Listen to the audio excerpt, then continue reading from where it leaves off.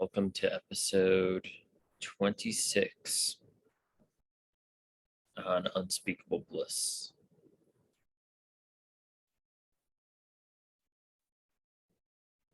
I've been getting in the habit of uploading these contemplations, these meditations, both to my YouTube channel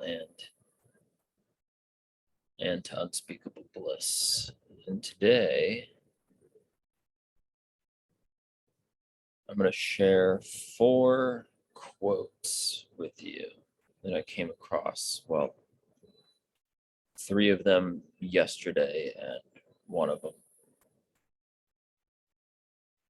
has been, I've known about it for some time.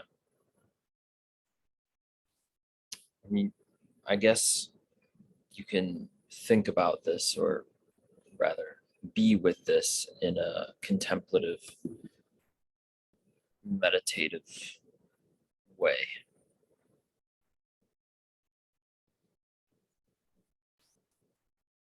The first quote is usually attributed to Dongen Zenji, Zen priest, but I can't find that when I type it into Google. I've heard it spoken so many times. Who knows who said it? Maybe it doesn't exactly matter who originally said it.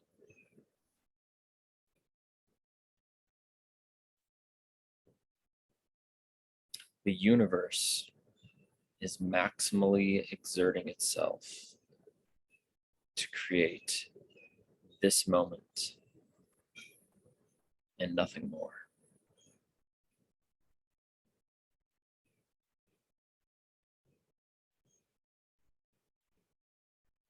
I've shared that quote so many times, I've naturally, I guess, committed it to memory. The universe is exerting itself maximally to create this moment and nothing more.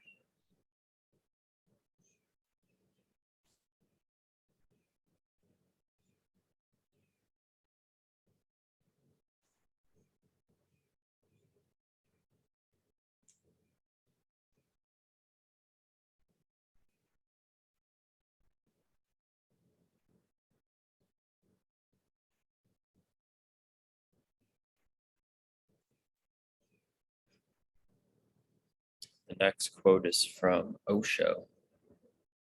I heard Angelo DeLullo wrote a book on awakening, referred to this in a podcast that he did. The ego must come to a peak. It must be strong. It must have attained an integrity, and only then can you dissolve it.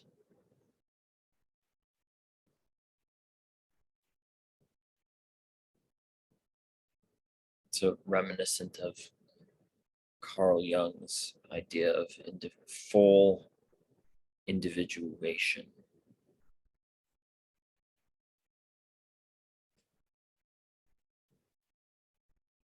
The ego must come to a peak. It must be strong. It must have attained integrity. Only then can you dissolve it. I've heard so many different pointers which ultimately contradict themselves when it comes to teachings relating to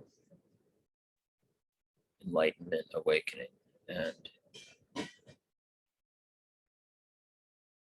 there's a few reasons for that. I think one reason is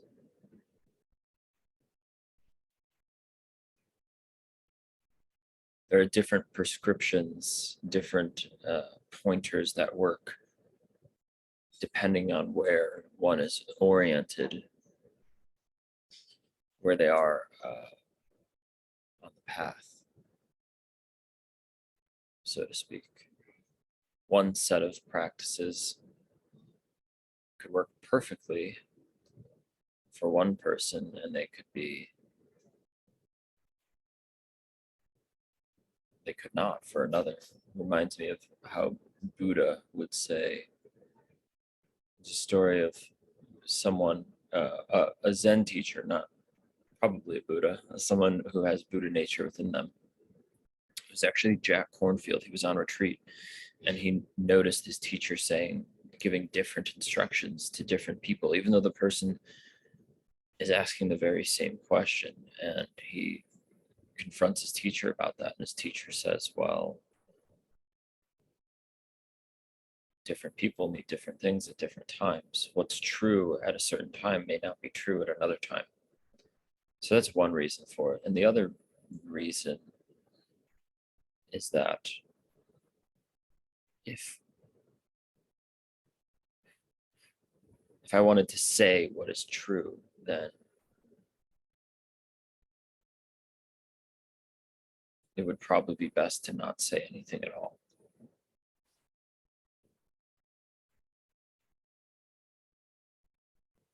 Anything from a relative level is not going to be the absolute truth because it's trapped, confined by definition, something like that. So I guess I say all of that just to point to the intuitive awareness that's within each of us that knows when a certain pointer is supportive and when it isn't. And in that way, all of this does come back down to trusting ourselves, trusting our part of this grand play. Okay. 2 more quotes. I haven't even read the last quote. It's going to be a mystery to me. I briefly glanced at it and the first few words resonated with me. They're from a teacher named Robert Adams. So here's the first one. All suffering subsides. All fear dissolves. All separation is revealed as illusion. Everyone is your brother and sister. All of humanity are your family. Everything is revealed as bright and shining, splendor and glory, pure and whole. You understand why everything that appeared to happen to you happened. You see beyond this brief life journey into eternity. You have become a part of the omniscient love. The divine plan is revealed.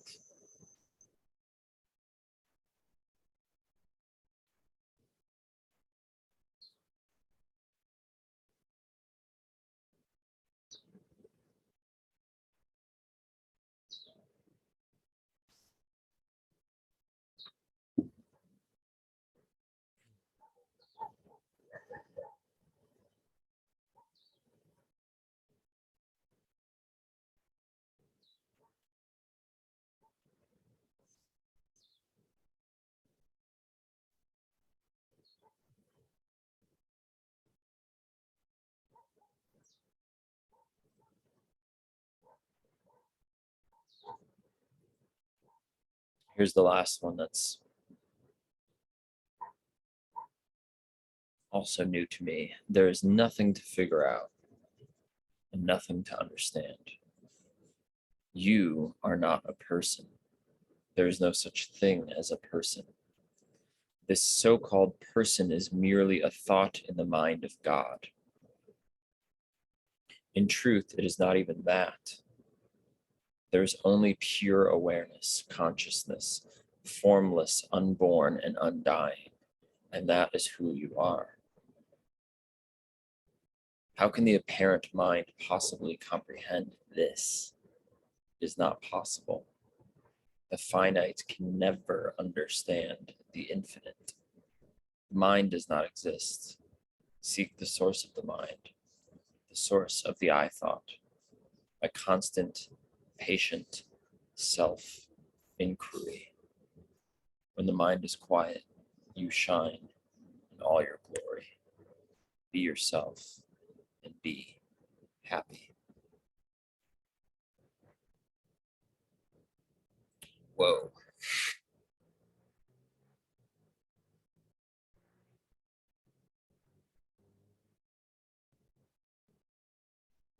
And I've exercised this using the logical and rational mind to its absolute extent, and it just seems to get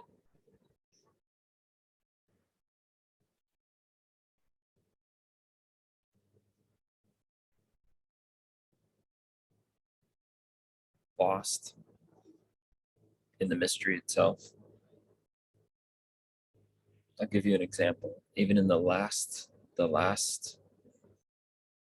thing that Robert was pointing to, where he said the mind does not exist.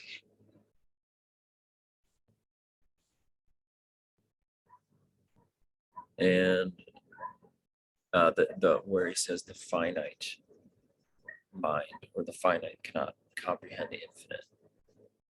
Well, what's really funny about that is the finite mind is made out of the infinite. There is nothing but the infinite. And so that's why in the previous meditation, if you did it, the pointer I was giving is this is it. You know, we could call it consciousness awareness. All of that is pointing to that whatever this is, whatever you and I, whatever we are experiencing now, there's nothing other than it. And it is even beyond itness. It is beyond itness and includes itness because everything is only made up of this same whatever name our mind wants to give to this. And it is by that when I ask where is the evidence for anything separate.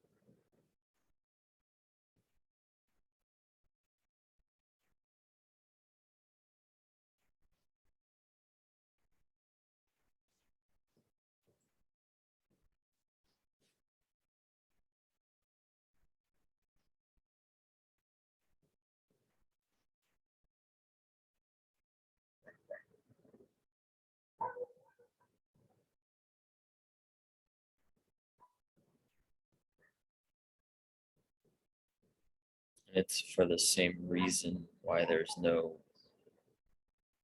single idea or thing to get or to understand. I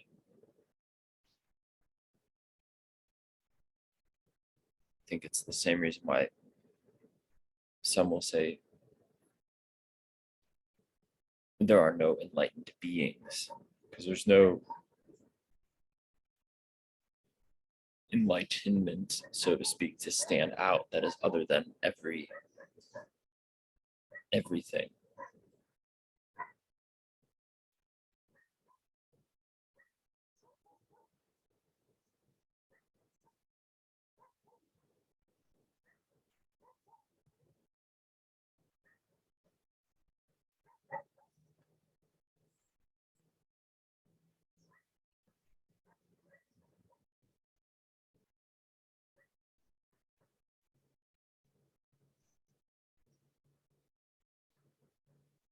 I think it does come back to trusting this intuitive, spontaneous impulse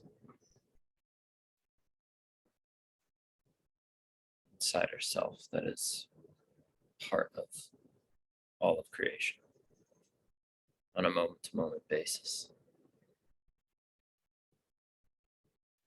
I heard a teacher once say it is like making the impossible, it is making the impossible possible and the possible impossible. I guess because everything, every possibility is possible and not too. This paradox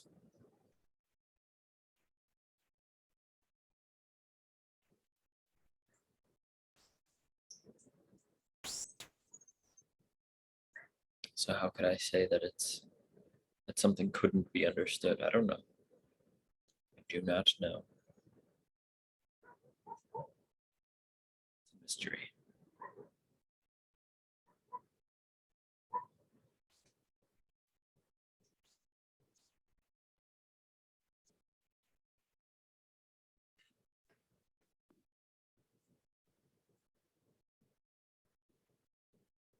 All right. Until next episode.